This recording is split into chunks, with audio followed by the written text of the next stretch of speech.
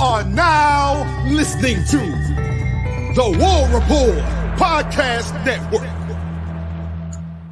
What is up, everybody? Welcome back to the College Loop post-game reaction show. I am Dylan Larck at YouBulleting on Twitter/X, and I am here to talk about yesterday's huge win, a 48-10 win over the Arkansas Razorbacks, which got your Auburn Tigers bowl eligible for the first time since 2021, which doesn't seem that far long ago. See people coming in the chat. What's up, James? What's up, AJ? What's up, Teresa? What's up, Auburn Dad for Life? I'm sure everyone is feeling a little loopy because now you can start planning some Christmas vacation trips to wherever Auburn may get their bowl game, whether that be in Charlotte for the Duke's Mayo Bowl or Nashville for the Music City Bowl, or if they finish out 8-4, fingers crossed on that, probably somewhere better. Even if it's like maybe Tampa, Birmingham, of course. I know everybody wants to go to the Birmingham Bowl because that is just the best bowl game to possibly go to. But yeah, I'm going to let some of y'all filter in as I get ready to talk about this game where we saw an absolute explosion from the run game coming from, and I have the Auburn-Rutgers game going on my screen. So let me pull up the Auburn box score. 354 yards on the ground, thanks to, a huge game from Jarquez Hunter. Again, another 100-yard game from him. 88 yards from Peyton Thorne, 64 yards from Damari Alston, 42 from Brian Battie, 32 from Robbie Ashford, and just 19 from Jeremiah Cobb. I'm trying to remember, what was the Tampa Bowl game called again? It's not the Outback Bowl anymore. I'm trying to remember what exactly they changed it to, but I'll let y'all figure that out. But yeah, Auburn absolutely found proper English, and identity. And it's been back-to-back weeks where we've seen that. Heavy on the run game. Peyton Thorne has done a very good job of running this offense very well. His read option abilities has been light years better than it started off. And is it the Citrus Bowl? I know that Outback no longer does it. Could be Citrus. I do not know. But yeah, Peyton Thorne also just been lights out. Last couple weeks, 12 for 20, 163 yards, 3 touchdowns, only 1 interception. My only negative thing going on with Peyton Thorne is the fact that he had 2 throws, which were very blind. I think it's the word I'm going to use here. Blind throws thrown into coverage. He had one where he got dropped, and he had the other one that got picked off. That's the only issue I really had with the offense. I mean, you don't really want to trust Peyton Thorne and throw the ball that many times during the game. Got 163 yards out of him. That's pretty. If you get 163 yards, 3 touchdowns, it's pretty good, especially whenever you're running the ball as well as you did against Arkansas's defense. Arkansas's defense, not a bad defense. Definitely a team that definitely struggled throughout the years. 3-7, and I know I think there's some rumors going around that they're going to fire Sam Pittman. I believe those are factual. So I think Sam Pittman might be gone. I don't think he's actually been officially fired. I think it's just rumored. I know Jimbo Fisher has been fired, and believe me, we're going to talk all about that on the Tuesday show because a certain 5-star wide receiver might be coming towards Auburn, hopefully, maybe. And not to mention the other 2 commits that Auburn got this weekend. And, of course, also talking about Auburn's what looks to be a win over Rutgers for women's basketball. Coach Shea starting off 3-0. So all around, if volleyball would have won, been a great weekend, a perfect weekend for Auburn athletics. But that's neither here nor there. And I do think that Equestrian lost to A&M. Yeah. So those 2 kind of hurt. But looking at it, I mean, I don't think there was that many drops. I didn't see any drops this game. If it were, it was good coverage. Definitely an improvement from last week, and that was evidence from the gameplay. I mean, the defense. Holy crap, the defense. But just to have some sort of unity going on here, as I see some of y'all coming in and see. So, Relia Quest Bowl, that is the right one. Yeah, I think 2 drops, AJ. I don't think it was that many drops. Last week, I believe it was 7. This week, it was 2. That's a staunch improvement. Look from receivers. Javarius Johnson had a great game, 3 catches, 53 yards. Caleb Burton had a great catch off to get 45 yards, set up Auburn up for, I don't think that would score a touchdown on that drive. Might be. Yeah, Teresa, that might be another negative I have. Just pull that up while I'm talking about it. Drops by Camden Brown. I believe we've seen the last of Camden Brown being a reliable target. Definitely a guy who came into the season with a lot of hype. I definitely had a lot of hype for him. I saw one of my very many cold takes that I've had throughout the season thus far. And one of those was I thought Camden Brown was going to be Auburn's leading receiver. Even going further than that, I thought he was going to have about 900 yards receiving. So cold takes on both ends of that spectrum, strictly because I don't know what's going on with Camden Brown. I don't know what happened to him over the offseason. I don't know if it's the fact that Auburn got better wide receivers than Camden Brown. He just seemed to. It might just be a sophomore slump. Possibly. I'm trying to look at Auburn's leading receivers, 305 yards from Vaughn Fairweather. And Camden Brown only has 8 catches for 78 yards. But I think it's just a sophomore slump. He's definitely a talented guy. It sucks to see him struggle this much, but it's something that you see very often from players. I mean, Auburn has had a couple of sophomores that just kind of fell off a little bit. But if only one receiver is causing the drops, I don't find as much of an issue because you can just take him out of the game plan. But overall, I mean, Valdo had a great game plan for him. The PA end arounds to him on the flat route that was drawn up very well. Gave Rivaldo plenty of chances to show off his athleticism. Caleb Burton showed off his speed. I think he got a couple of targets, a couple more targets, but I think they were overthrown. Jay Fair got himself 2 catches. Jarquez got himself 2 catches, and Tyler Fromm got a catch as well. So a nice 6 different receivers caught passes, and it's just overall just a very good performance overall from this offense. The interceptions, they happen. The interception by both quarterbacks from Robbie Ashford as well.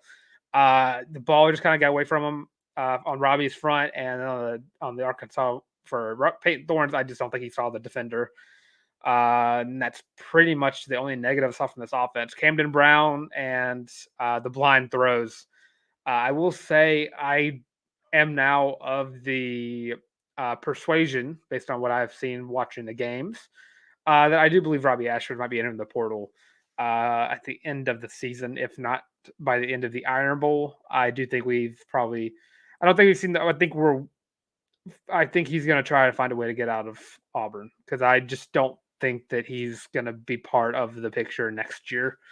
And that's coming from a guy who is the biggest Robbie Ashford fan in the Auburn fan realm. I don't think Robbie Ashford will be returning to the Auburn Tigers. That is just me. No one else is telling me that. That is just something I am thinking myself. But overall, it sucks for me. I think that I've heard rumors that his camp is going to find ways to get around and let him transfer out. And like Auburn does say, he can't leave after the spring. So I think I know you can kind of say that he can kind of initiate that and say, hey, I'm gonna leave as soon as I can, kind of stuff. That way, not that anyone talks to him, but like just to have that out of the way. Let's see. James Barnett at Dylan. I know a lot of people want to see Cam flip. If Damian Craig came to Auburn as the OC, I see Cam following him. That's the only way I think we get him. Thoughts? I don't know. I think Damian Craig has a sour taste in his mouth for Auburn. At least that's what I've gotten from some of the tweets he's tweeted out towards us. I don't know if it kind of depends. I don't think Phil Montgomery returns, but I don't know if Hugh Freeze goes for Damian Craig. I know he's kind of built up a select staff of Auburn, like former Auburn players, and like Zach Etheridge, Trevon Reed, Cadillac, so on and so forth. All those players who have done a great job recruiting. I don't think Damian Craig goes back to Auburn. I don't think he does. I do think there's a high chance of a Cam Coleman flip. I don't know if he's going to follow Damian Craig, but I do know that if he doesn't, Auburn is a second choice, and I think he even said it was like a 50-50. Auburn saw a 50-50 shot, and that's really that's all you got to listen into that with Jimbo Fisher gone, and Arkansas is out of the picture with Sam Pittman gone. I don't know. They might have a whole collapse as well. And don't forget the Strange Portal class. A&M brought in a lot of great players over the past 2 years. Some of them that didn't transfer are still there. I don't know how many of them are going to remain there, but also I don't know how often people were committed to Texas A&M for Jimbo Fisher. So that's not me speculating anything. That's just me thinking. I don't think players actually commit to Jimbo Fisher. I think they committed to A&M. If not A&M, then possibly some other things that came about. But yeah, I understand what you're coming from there. I don't think Damian Craig comes to Auburn. I don't know if that's even feasible to happen unless Hugh Freeze has something going on behind the scenes that we just don't know about. Cadillac becoming offensive coordinator. I am all for. I see a couple of those in the comments saying that because if this run game looks as good as it does with just Philip Montgomery and Hugh Freeze calling it, imagine how good it would look with Cadillac Williams calling it. With how good the run game was at the end of the season last year under Cadillac. So I don't really get too far into that because I'm here to talk about this game from yesterday. But I completely agree. I would love it. I would love it if Cadillac became the offensive coordinator. But I think Cadillac has a great spot where he is right now. Just getting has Caddy missed a running back yet? I don't believe he has. I know Fat Burnett, I believe now is a Missouri lock. I don't know if he's a lock, but he's definitely a heavy Missouri lean. And I think Daniel Hill, from what I've heard, an athlete from Meridian, Mississippi, is now Auburn's like top running back target for this class. But we'll get more into that Tuesday. Defensively, what a day from this defense. Start off with the big name on campus right now, Jalen McLeod, who had 3 sacks, 4 TFLs, and 9 tackles from Jalen McLeod, who absolutely played outstandingly yesterday for the Auburn Tigers. Eugene Asante got half a sack. Marcus Harris got a sack and a half. And I believe some other people around here, Kayan Lee. Kayan Lee's what I want to talk about. Kayan Lee had probably the best pass deflection I have seen ever. Just jumping right over a Arkansas wide receiver, and I believe DJ James is trying to play his way back into that first round as well. Overall, I think this is probably the best we've seen this defense play all season long. Offensively, I might say the same for that as well, but definitely defense as well. And I see somebody talking about Fat Burnett. Didn't Fat Burnett have great issues for Auburn, or was that a rumor? I guess it's probably just a rumor because I've not heard anything about that. AJ got it right. I'm gonna pull up AJ's. Fat isn't coming to Auburn because this running back room is all returning. Jarquez Hunter, again, who's on his 3rd game in a row of getting 100 yards, is returning. Jeremiah Cobb is only going to be a sophomore next year. Damari Austin is a dog.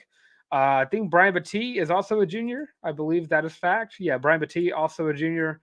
And I mean, this running back room is loaded. And if you get Daniel Hill, I mean, Justin Jones and the walk-on is definitely played his way into. I don't think he's going to get any reps, but he's definitely proven by some of his playing time that he is a very good running back. And Sean Jackson as well, also a very good running back overall. But yeah, Auburn forced another turnover. And I think that's 19 straight for the Auburn Tigers getting turnovers in games. I believe 19 or 18. Marcus Harris and Caleb Wooden both getting fumble recoveries. Caleb Wooden almost getting a scoop and score had he just been a little bit quicker on his feet, but neither here nor there. And I think overall, I think the other biggest news tidbit from this game, it's kind of hard to talk about wins, especially wins like this, because it's like, okay, we played amazingly. This was the best we've looked all year. Alex McPherson, again, not missing a single kick in his entire Auburn career. I believe he is, I'm trying to remember exactly what the number is. He's got made in a row. So is it 17 in a row, I believe? So I know he missed one last year. I think it's 17 in a row. 17 or 16 in a row. But let's see, going through some comments. Here is Daniel Hill committed to anyone or vomited to anyone? I don't think he is. I think he's a Bama crystal ball, but I don't think he's actually committed anywhere yet, unless I've just been lied to. Yeah, he's not committed anywhere. He's got some crystal balls to Alabama, but from what I've been hearing, he is one of the top targets with the decommitment of Fat Burnett. Let's see, 20 straight next week for a program number 800. That's going for the turnovers. Going for program win. Is that going to be Auburn's 800th win ever by getting New Mexico State? I almost forgot who we play next week. Try not to look ahead. So we got 17, 17, 17. Got a lot of 17. 20 straight turnovers. Okay. So you're coming up there. See, yesterday was 19. Next one is 800. That's awesome. So I mean, so how many seasons would it take for Auburn to get to 1,000 wins? I'm trying to see if I can see that in my lifetime, because I don't know if I can. Well, I guess, let's see, 10 years, 10. It won't be that long. If Auburn averages like 10 wins next 10 seasons, I'm definitely booging saying that, but I could see that in 20 years. So not bad. That one to be terrible. 13 natty years. That I'm all for. So are you counting for the 12-team playoffs? Because that adds another what? To say Auburn goes 12-0. Oh, that's with the expanded playoffs. So 13 years in total for Auburn to.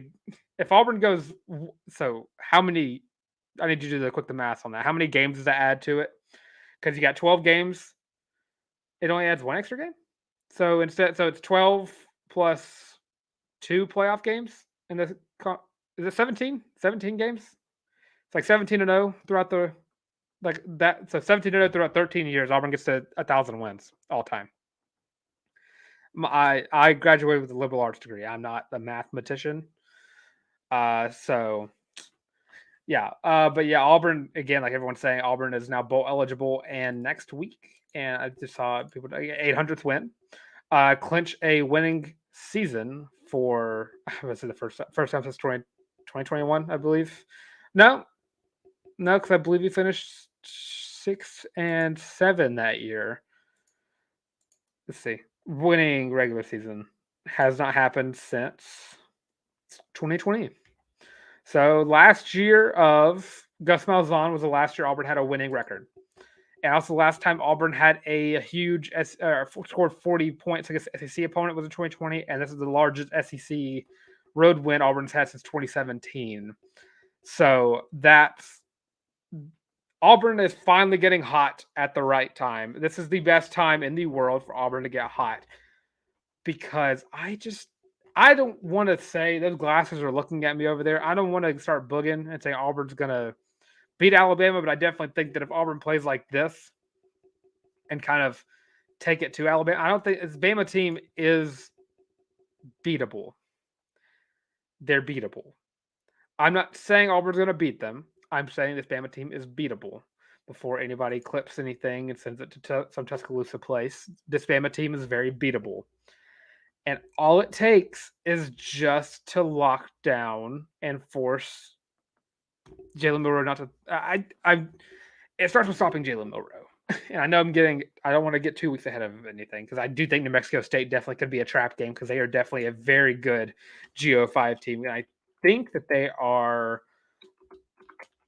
I know they have like 6 wins, maybe. They're 8-3. This New Mexico State team is 8-3 going to this game. And they still have 2 more games left? What? Am I crazy? 8-3. How did it? Do they have an extra game on their schedule?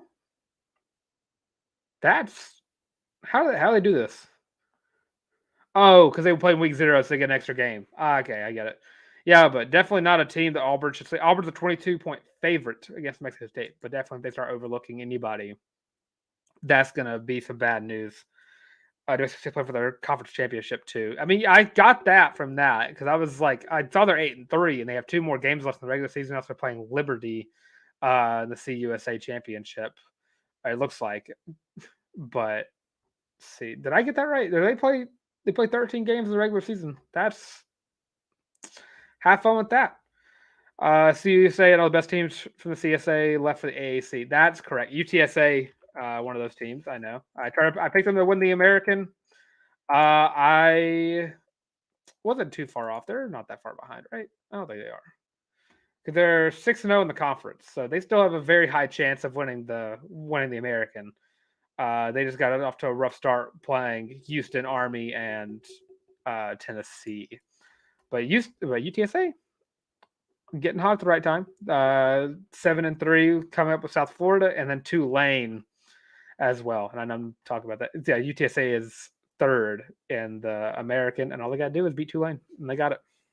Me and Teresa can celebrate UTSA taking it to the American Conference. And we got me and Harrison Tarr need to have a show about what we definitely missed out on our conference championship predictions, because I'm going to take this moment on this live stream before Tarr can even beat me to it. I'm going to go ahead and apologize for my stupid Penn State beliefs because they're not good. They're not. It's not that they're not good. Their offense is very bad. So yeah, just pull up, see, look through comments here. James Burnett, we have won the Iron Bowl with less talent. 2021, we always beat them with a one-legged quarterback. I think we get them with this roster. Maybe I'm bugging lol. I mean, I definitely agree that you're bugging, but or feeling a little loopy. I said that, AJ. This is definitely an Auburn team that is going to give Bama fits. I don't think that it comes down to Jalen Milroe has been playing great, which burns my tongue to say. It really does. Jalen Milroe's been playing great football for the past 3, 4, 5 weeks. He's been playing very, very good football.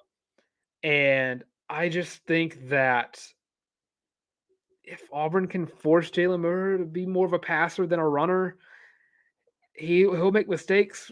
And this Auburn defensive backcourt has been very good at making quarterbacks make mistakes. Jay Simp, of course, been one of those top dogs on there. DJ James was a PBU mastermind against Arkansas. All I need from this team is to take advantage of the fact that Alabama's offensive line is one of the worst they've had in years past.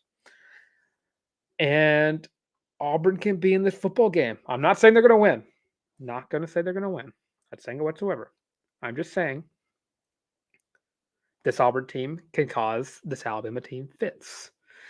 Because I'm trying my best to keep these glasses at ease until I want to start using them during basketball season a lot more to bug. But, I mean, they're calling my name over there as the Iron Bowl gets closer, because I've definitely been thinking about that game. That game's going to be on my mind for the next, 2 weeks. Or 13 days. Definitely going to be on my mind since then. And especially because my students in my class that I teach, they're going to be very loud if that game does not go in the way I think it does. Or I hope it does. There we go. But overall, let's go Prince Major. 8 wins would be great for recruiting. Yes, it would. And I mean, right now, 6 wins has been doing great numbers for recruiting. I mean, going into next, with picking up Jamonta Waller, and I'm going to butcher his last name, Ryan Gee, I believe. If anyone has a pronunciation guide for that name, I would love to have it now before he gets on the planes. But overall, I mean, those 2 huge pickups. You already have Perry Thompson committed, Walker White. If you can get Cam Coleman, I think it rounds out the class. I don't just round out the class, but it definitely picks it up to a way where I need to actually see where exactly Auburn would rank if they did pick up Cam Coleman in this class. Because right now they're 16th. So if you add Cam Coleman, which his name is actually Cameron. Let me type that in instead. Pick up Cam Coleman from Central. I'm sorry. This is taking. I swear I can spell. Puts Auburn up to a projected team score of 269, which that would put them at 12th in the country. Which I think 12 is probably the best potential landing spot for this Auburn team to start off. If you can, and yeah, Laquan Robinson. I don't know how to talk about Laquan Robinson. I've been talking about that one for weeks. But yeah, Auburn's been doing great recruiting with just 6 wins. Being competitive in games. The Georgia game was a huge game for recruiting, only losing by 7 to them. And then I believe Ole Miss, we talked about how that game definitely showed that Auburn was weak in locations that definitely need to be helped. And then yesterday, I mean, Auburn, I don't want to say they're perfect, but they played awesomely and definitely showed where Auburn needs some depth in places and definitely could pick up a lot of other players. If Auburn could pick up get Cam Coleman and several 4 and 5 star players just to fill up the depth chart, I mean, this class could go up in the top tens. It's ridiculous. And let's see, AJ, good question from AJ. Looking back at Archie, does this count as 4 quarters of good offense finally? I would say yeah. I would say you got very solid offense all 4 quarters. You saw a great Peyton Thorne. Not great. You saw a good Peyton Thorne for his entire playing time. Outside that dumb interception that he made, that was about it. And I believe Auburn only gave up 1 sack the entire game. So overall, you got a good offense for about I like how James said 3.5 quarters, which I mean, we've been asking. I haven't seen it at times. I've not seen a half of good football from this offense, but it's definitely a huge win in the department of making sure this offense actually gets into the realm of competitiveness you want to see. And I definitely want to start having conversations about where Auburn might go to a bowl game at. Because I think right now I think Auburn just locked in 5th in the West. And in the last year of the bowl eligibility of the last year of the divisions in the SEC, and you kind of just need Ellis. Or you think you need A&M to lose? I don't know. Maybe you're gonna be tied for 4th. I think that's the best you could possibly do. Yeah, rip. But yeah, I need to look through the bowl list and see exactly where SEC teams can go because I think Auburn's going to be I don't want to say the worst, but definitely the last team ranked in bowl eligibility unless Florida finally gets that 6th win. I don't think South Carolina's going to get bowl eligible. With Clemson back on their schedule, Florida, I don't think can either. I think they have too tough of a schedule to wrap up the year with Missouri and Florida. Also, Missouri, really good. So I think Auburn might be going to either the Duke's Mayo Bowl, the Music City Bowl, or the Birmingham Bowl. And that's me. I think the first 2 are more likely without Auburn finishing 6-6. So, I mean, a bowl win can be very beneficial because that shows more progression from a coach than anybody we have seen in a very long time. I mean, even when was the Music City Bowl against Purdue was Auburn's last postseason win. And that was a fun game to watch. But then again, after that was the only real bowl win that I think Gus Malzahn really got while at Auburn. And let's see, Auburn after 6-6. How about for Auburn or for Florida? I remember I was talking about both of them for a second. Did I say 6-6? I'm confused, but I confused myself. Let's see. Teresa, isn't the 24 class have the average stars of 6? We just don't have the quantity to be higher. That's the truth. That is actually what has been going on, how the 24/7 rankings work. Usually, I think it was Ole Miss earlier on. Auburn had more 5 and 4 stars than Ole Miss, but Missouri, Ole Miss was ranked higher because they had 8 3 stars. So that's how those rankings work. The quantity helps. So even if Auburn got 3 or 4 3 stars, Auburn would shoot up in the rankings just because the quantity would make the score go up on that. Did I say Auburn's going? I don't think Auburn's not going 6-6. Did I say that? Because I know a few weeks ago we thought the Auburn was going to go 6-6 because we thought they were going to lose out because of how bad that LSU game was, and we were definitely, I don't know what the opposite of booging is, but that's what we were doing after the LSU loss. But overall, I mean, Auburn has a good chance to finish with 8 wins. If that means 7-5 with a bowl win, or 8-4 with the bowl game ahead of them. I mean, I'm not saying Auburn's beating Alabama. I'm not saying that at all. I'm just saying Auburn has a good chance to finish 8 wins. I don't know where I'm taking one of Tarr's book. I don't know where the 8th win comes from, but Auburn's getting 8 wins this year, especially if they can play like they did yesterday, especially if they can get Peyton Thorne to play consistent, can get a consistent Peyton Thorne for the next 2 weeks. Get a consistent Peyton Thorne for the next 2 weeks. That's all you got to do. Get the run game going as quickly as possible, because that's going to pay in dividends down the stretch. I don't think Mexico State's going to stop the run game, but definitely looking down the stretch to Alabama and their defense. You're going to need to get the offense really moving and grooving all the way down. And Auburn definitely. I remember when we complained about an 8-win season. And that kind of goes back to whenever Gus Malzahn just had, I think, 4 or 5. Not 4 or 5. He definitely just had. Whenever Gus had like 3 8-win seasons in a row, I think he had something along those lines. It was like, when are you going to hit that next step? When are you going to get that next step up? Biggest gifts from Potato Man: Jarquez Hunter, caddy respect, and humbleness for 8 wins. And there's something. I've been looking around. I think the Potato staff was really good at scouting players. I think some of our best players from this year were guys that staff brought in. They just didn't know how to coach them up to be as good as they were. So I definitely think we benefited from that. And just having Coach Freeze kind of move these players into a specific groove that you want to see from players like this. I mean, Damari Alston came from that staff. Looking at not Javarius Johnson, Jay Fair, Marcus Harris, see, Keontae Scott, Eugene Asante, Donovan Kaufman,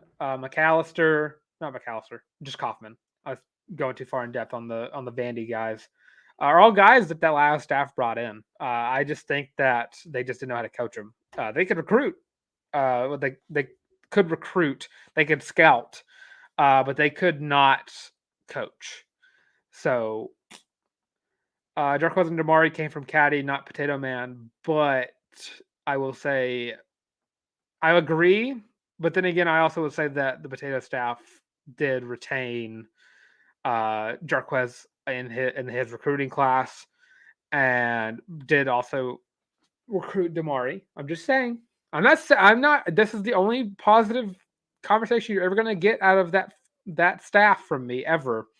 I'm just saying they scouted those players. Just saying. That's just me. And of course, we don't know how the Hugh Freeze staff is going to develop over time, because I don't know who Auburn's going to have and as part of the staff next year, because I don't know if people are going to leave or get fired. Caddy was on that staff, and Potato Man retained Caddy instead of letting him leave. Not because I think the boosters weren't going to let Caddy leave no matter what, but definitely played a role in keeping him around. Because I just think, again, I don't like Potato Man at all. I hate him. He goes up there in on my list of names I never want to say. That's basically, he's Voldemort to me. I'm just saying, they scouted very well. That's all I'm saying. I'll leave it at that. They scouted very well. But I think Hugh Freeze has showed a lot of positive motion towards getting this Auburn class a potential top 10. But I think, again, like I said earlier, I think 12 is going to be the peak of where you want to be. It's not. It's high enough to where it gets you the right guys to come in.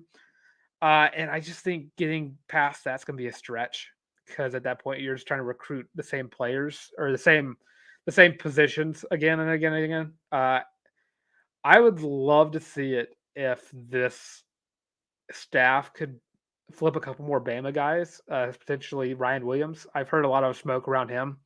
AJ, yeah, top 2025 is going to be a top 10 class. I'm telling y'all right now.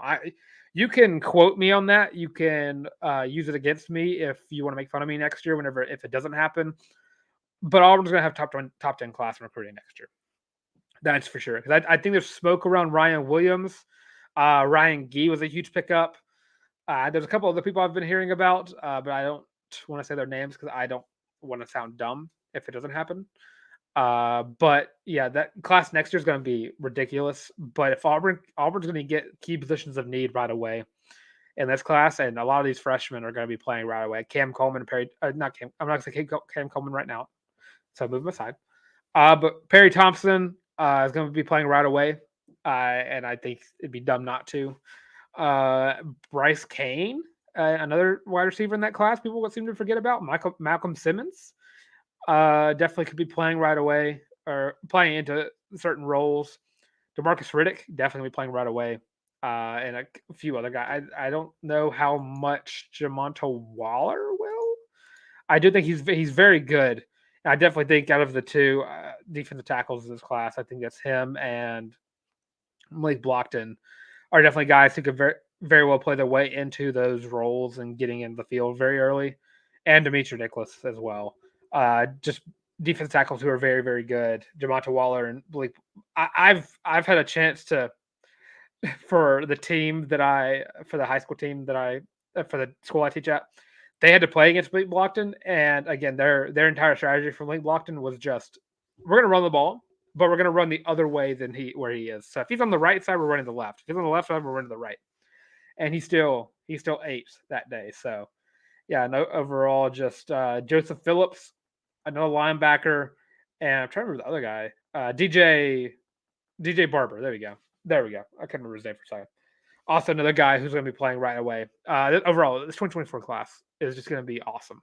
No matter where it finishes, you're getting a lot of freshmen going to be playing on the field right away. You're going to see another Keldrick Falk, Connor Liu, Jeremiah Cobb, Kayan Lee kind of names kind of come out from this class and kind of get on the field as soon as they get on campus. It's because I think a few of these guys are coming to Auburn in the spring, and that's when you're going to see them the most.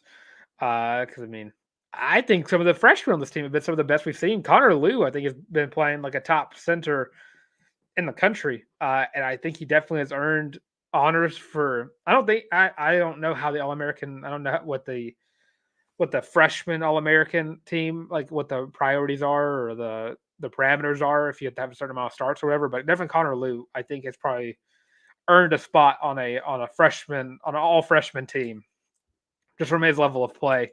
And I think Keldrick Falk, I think that first drive against Arkansas, I think he had himself like 2 tackles on that first drive. He didn't have very many after that, but he definitely made his name heard on that first drive of the game when the defense went out there. And then Kayan Lee again had that great PBU, and Jeremiah Cobb got in a little bit and did not really see the field. He was kind of around the clock and kind of in the game, kind of back.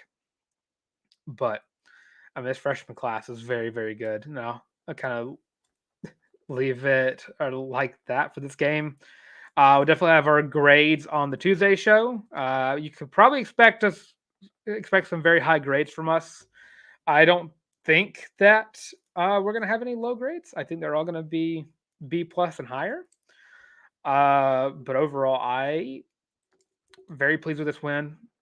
It's hard to talk about it again. Like I said earlier, it's kind of hard to talk about a win in like long parameters of time because like, okay, we did all this right. We did everything right. We did this right. We did this right. We did this right. Can improve on this, but so on and so forth. So I kind of leave some room for y'all to ask some questions while I kind of like mumble on before I get out of here. But yeah, if y'all want to talk about Jimbo Fisher getting fired because that's recent, Sam Pittman getting fired. Because I'm trying to remember, I don't know who Arkansas has in their recruiting class that Auburn even remotely recruited. I'm trying to think of all the players who are going to start decommitting from those schools. I don't think Arkansas has had a great recruiting class this time around, unless I'm just missing them. It's kind of hard to miss the pig logo, though. Let's see. Arkansas 23 in the class. Yeah, I don't know very many of these names. Wyatt Simmons, I think, is the only name that I've remotely ever heard a name coming, like, surrounding Auburn, like, rumored to Auburn. I think he was a linebacker Auburn was really heavy on, and they committed or we went for someone else, and then he committed to Arkansas. New head coaches for Archie and Texas A&M. Malzahn, I've already been hearing rumors for. I think Malzahn's probably going to be Arkansas's first call, which I think would be hilarious because I know he's from Arkansas. He coached at Auburn for a while. I don't know if Malzahn leaves. I don't know why you would want to leave Orlando to go to Fayetteville, Arkansas. So I don't see. I'll answer that question after I answer. I do believe he was fired. I think it was. Again, it's either he got fired or he is getting fired, and because that happened, those like two different storylines that happened throughout the day. But yeah, AJ, your question. A&M, I think they're going to go for Mike Elko at Duke because of the ties. I know some people I've heard people say Deion Sanders, which that would be hilarious. But I don't think Deion's going to leave for Texas A&M unless they offer him a lot of money that Colorado cannot even think about paying him. Arkansas, I think realistically, and Teresa, you're going to hate me. You're going to hate me a lot. I do think Jeff Traylor might be getting some calls from some places. I think A&M might try to stay in state and get Jeff Traylor just because he knows how to recruit the state of Texas, and that leaves Mike Elko to possibly go to Arkansas. So you could definitely load up on there's the Teresa. Let's see. So Pittman has not been publicly fired, but behind the scenes, that is such speculation. He's not coming back. I think that's clear. I think that's pretty obvious. But yeah, Teresa's not happy about that. I'm just saying one of the best coaches in the GO5 definitely deserves a chance to move up a level. I'm trying to think of all the names of G5 coaches who are going to get called up soon. Jeff Traylor comes to my mind first, like I just said. Jamie Chadwell, maybe. I know he's having a great time over there, 9-0 at Liberty. So maybe Jamie Chadwell. Let's see. I'm trying to think of other. John Conley. I don't know. I'm about to say Clay Helton, but I don't think Clay Helton is doing a great enough job over there at Georgia Southern because he's trying to rebuild that school over there. So I don't know. Yeah, 6-4. Yeah, so Clay Helton, no, because they're just rebuilding, so it doesn't really matter yet. Willie Fritz. I almost got Willie Fritz. I don't know how I did. Let's see. Auburn Dad. The Rehogville podcast, a reliable source, Sam out. They want to announce it at the end of the season. Yeah, that makes sense. I wouldn't either. Even though they're not bowl eligible. So I don't know what you kind of miss out on some easy weeks of trying to call around places. Because I mean, Michigan State was out there calling Lance Leipold from Kansas after they followed Mel Tucker. So I mean, if you're going to fire a coach, fire him right away. That way you have time to actually like make calls. And let's see. Teresa, do you really think after the mess with Jimbo, A&M would take a chance on a G5 coach? Do they have the money to hire someone from a P5? I have heard a lot of Urban Meyer. I don't know if they go for. I don't think you can. That's a higher chance. That's a higher risk than just firing Jimbo Fisher leaves. I don't know why you'd go for Urban Meyer. I don't. Urban Meyer, I definitely think is a good coach, a great coach. Correction, yeah, great coach. But I don't think A&M goes for Urban. They have. I don't know if they do. They have have Bucky's. Okay, yeah, I guess you makes sense. But they don't have a Bucky's. Auburn's the only SEC school with a Bucky's. Just saying. I don't think that they would. I think if they're going to go for a P5 guy, it's going to be Mike Elko at Duke. And that leaves probably Arkansas to go towards. Arkansas then would probably go for Jeff Traylor then. That way they have a guy who can recruit from Texas and kind of ruin some of the Texas schools. I know Arkansas really hates Texas and Texas A&M and Oklahoma. And that kind of dip your toes into the pool that is Texas recruiting, because that's going to be huge. Because then I think with that, I think Mississippi State is probably the only other school that might fire their head coach. That's pretty much it. South Carolina's going to give Beamer another chance to kind of pick up some slack. I think Billy Napier is going to coach for at least another year, unless his recruiting class just does not pan out. Heupel's fine. Drinkwitz might get an extension. Kirby, Nick Saban, not even going to joke about them. Hugh's not going anywhere. Brian Kelly's not going anywhere. Lane Kiffin's not going anywhere unless someone pays him a lot of money. Who am I leaving out anybody? Mark Stoops? No, they wouldn't fire him. But yeah, I think Mississippi State's probably the only other school that's going to fire somebody. I don't think State gives Arnett another year. I don't know why you would. He's Mississippi State. They don't have the resources the schools do. I'm just saying, but I don't think that they're willing to keep Zach Arnett another year as a head coach because they kind of. I'm not gonna say it like that. Whenever Mike Leach passed, it happened at a time where they didn't really have a chance to kind of go for their coach. They kind of hired Zach Arnett as kind of like, I don't want to say a panic move, but it kind of was a panic move. So if you fire, I've been saying all year long that if Zach Arnett gets fired, he might be the first guy to get fired as a head coach and then rehired as defensive coordinator at the same school. I think that's likely to happen with Zach Arnett. I don't think they keep Zach Arnett for another year as a head coach. Napier, I don't know if I think they got to give Napier his time. Florida definitely needs another year to kind of develop under Napier. I think just overall his recruiting has been doing well enough to where he's going to get another year. I think they have I think they're like 2 in the recruiting class for next year. Then right now they are. Did Florida drop in the 2025 poll? Or was that 24 that I'm confusing? Yeah, 24. Yeah, there we go. Sorry. They're 4th in the current recruiting class. I think that's high enough to where they're kind of going to give them a little bit longer of a leash. But if 2024, if they don't go bowling, or if they don't get like 7 wins next year, then Napier's gone. But overall, I think Jimbo, Sam, and Arnett are the only head coaches going to get fired from the SEC. So, I mean, Teresa, you might go another year of Jeff Traylor at UTSA. We might get to, but I don't think he can sit at UTSA for too much longer before some of the other schools start to pick up on the fact that UTSA has been doing very well for under Jeff Traylor.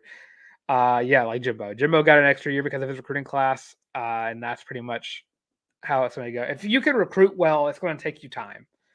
Napier's been recruiting very well. It's going to take him time to develop that. I'm not saying because everyone's not like Dabo Swinney, who just strictly recruits out of the high school realm. But overall, I mean, you got to rip the portal. If Napier can turn it around, he'll get a couple more years. If he can. I don't know who's on the schedule next year. Did they play Georgia? Maybe I think they play Georgia because they're like a rival of theirs. But yeah, you're gonna have to give Napier a chance. You can't. Also, let's see if I could read, who else do I see on the chopping block? I'd have to look around. So I think starting off, first one comes to my mind. Not Mike Brown. I said Mac Brown. I think Virginia's coach is playing himself out of a hot seat. Virginia Tech, maybe Virginia Tech. I'm trying to remember which one had the. I gotta look up some of these because I'm just blabbing of vomit of the mouth is what's happening. Virginia Tech, they're 5-5. They might fire theirs. West Virginia, I think they've played themselves out of firing their head coach, Neil Brown. I don't know. I'm trying to think of all the teams that I could think of that had high expectations to have fallen out of the polls, which might help if I just look at the AP poll from week 1. So let me try that out. Let's see. AP poll week 1. Let's see. Tulane, no. Duke, no. Ole Miss, no. Wisconsin, no. Oklahoma, no. Let me say no. USC, no. USC's not firing Lincoln Riley. He just fired the defensive coordinator. Actually, I do have one. Looking around, James Franklin might be on the hot seat. I think James Franklin definitely a guy who is going to be on the hot seat at the end of the season. Just cannot ever beat Ohio State or Michigan, so that's always going to hurt you right there. Baylor, I think Dave Aranda maybe might get fired. I don't know if he will. I think has Baylor been playing well? Am I wilding on that? I think Baylor started to pick up some slack after they started off bad, unless I'm just not remembering properly. 3-7. No, okay, Dave Aranda's gone. There you go. So Dave Aranda, I think James Franklin's going to get the boot, and I think that's the big names that might go. I don't think anybody else is really going to be from a contender that's been around. I definitely think if you're looking at teams that have won recently, James Franklin, Dave Aranda, two guys who are probably going to get the boot later on. Maybe Traylor should just leave now that Harris will be gone. He looked out on him as a quarterback, going to be hard to replace Harris. You're not wrong. Frank Harris is definitely a very good quarterback. Yeah, I guess it wouldn't hurt to leave whenever your best quarterback you've had a hot minute leaves. Penn State might give him more chance to expand in conferences. No, he ain't. No, they ain't. If he can't beat Michigan and Ohio State with the best team they've had since he's been there, I don't think he can beat. I don't think he can beat US. He probably can beat USC. USC is very beatable because they don't have a defense. But I don't think they can beat Oregon. I don't think they can beat Washington. You're allowing two powerhouses to come into your conference, and you're a step behind of the two top tier teams. Washington and Oregon have been two of the top teams in the country. I think if you want Penn State to become a contender in the national realm and the Big Ten realm, I think you got to find another coach outside of Franklin. If he tried to blame it on Ron Roberts, but it was Aranda that was the problem. The thing is, I liked Aranda as a coach. I think he did a very good job at LSU, and definitely saw that. I thought he was going. He's a good coach for a little bit. I guess Ron Roberts kind of helped out with that, but I would take the chance on Aranda as a defensive coordinator target somewhere, or even as a head coach somewhere else. I think he did a good job of recruiting. I just don't know what happened to Baylor as a whole. Cristobal at Miami is a hot seat. I don't think Cristobal is on the hot seat. I really don't. I'm higher on Miami than most other people are. But 6-4 with close losses to Florida State. You got the win over. The only thing that's really hurting his case is that Georgia Tech loss and the NC State loss. But he lost close to North Carolina, who was the top 12 team at the time, and then the close loss to Florida State. If he doesn't go bowling this year, maybe. But I think that I think Cristobal's fine. I think he's also recruiting very well as well. I think he's got the number 12 class in the country, and I think they're also recruiting very highly for the 25 class as well. They're 22, so never mind. But 24 class, he's done very well, getting up that high. I think Miami's also in a very in a rebuilding process. So definitely give Cristobal probably another year before he's really on the hot seat. But clearly, Ron Roberts was the problem. He's definitely a gain for us. Yeah, Ron Roberts has been probably the best the best coordinator hire was definitely Ron Roberts. Because I don't know. I would love to see the actual schematics behind it. I don't know how much I don't know how much play calling Phil Montgomery has done in a few weeks, if he has it done any. I think Hugh Freeze has been doing a lot of the play calling as of late, unless Phil Montgomery has been finally stepped up and turned into a great play caller. But I don't know. But let's see. I'll probably stay around until 7. So y'all kind of just hit up any more questions. If it kind of goes dead, I'll end it whenever it gets dead. But yeah, Auburn recruiting very well. Miami recruiting very well. Penn State hot seat. Baylor hot seat. And empty seat at Texas A&M. Robin Robertson, Caddy are the best two are the best two on this coaching staff. How's that freeze? I will say, are you forgetting about Zach Etheridge and Crime Dog? Because those two are probably our top recruiters on the staff in general. So I don't want to. I don't sleep on those two, and don't forget Ben Agamaya for the tight ends. Has been recruiting very well. I'm trying to. Jake Thornton has turned this offensive line into a good one after weeks. I think everyone on this coaching staff has definitely stepped up. I would love to see how many of them can be retained, because I would love a lot of them to be retained going into next year, especially on the defensive side of the ball. But yeah, I think I might just cut it a little short. If anybody throws any questions up there, I'll try to answer it as I'm getting ready to do the outro.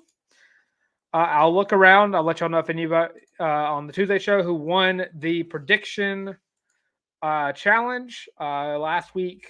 Got one. There's been a lot of everyone predicted close scores, so it's kind of hard for me to pick from everybody who did close scores. I see Auburn Dad for life. So who do you see leaving out? Like what wide receivers do I see leaving for the portal? Oh, that's tough. I'm trying to think that down the stretch. I think maybe. I don't think Camden Brown leaves. We have a lot of seniors that transferred in for their last year of eligibility. That's the kicker with me. Malcolm Johnson Jr. maybe. He's the first one that came to my mind. That's really it. I don't think Auburn is at risk of losing. Oh, they might be. That's just me not really knowing.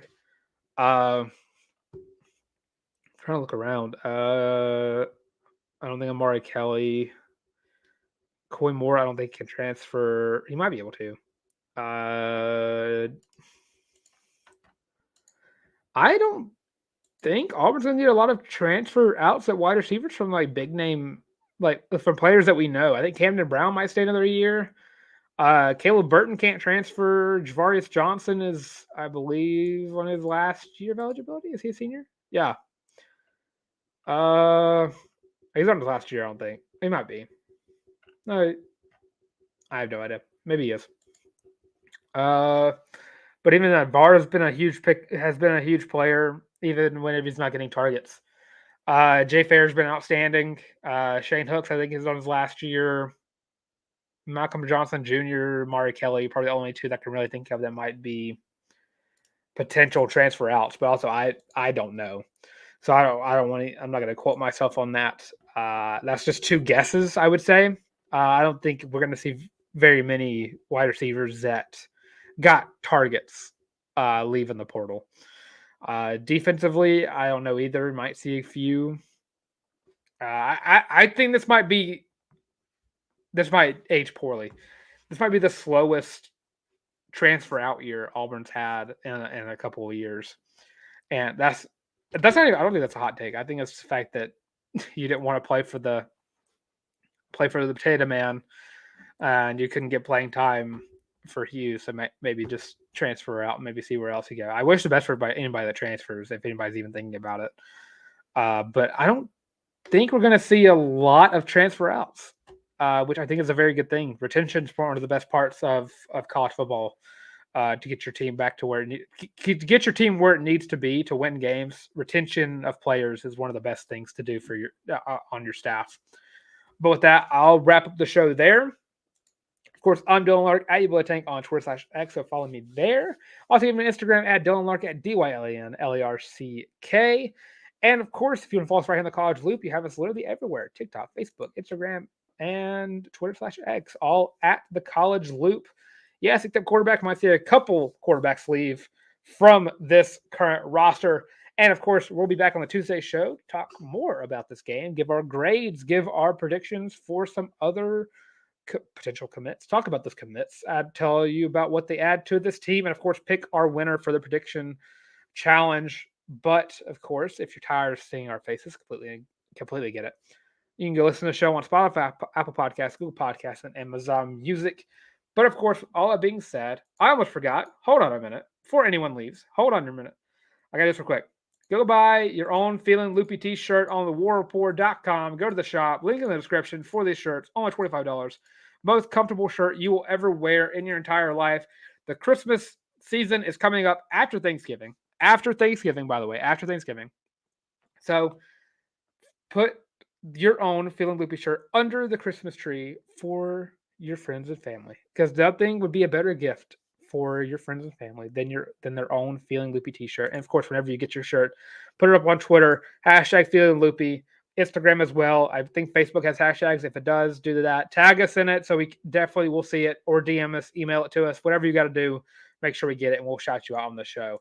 But of course, with all of that and everything being said, we are so thankful for y'all and all that y'all do for us. Without you, we do not have this show.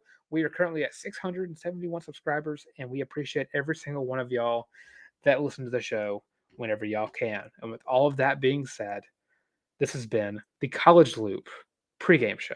And I'm finding the outro, so you know what to say. There we go. College Loop. That's a College Loop post-game reaction show. There we go.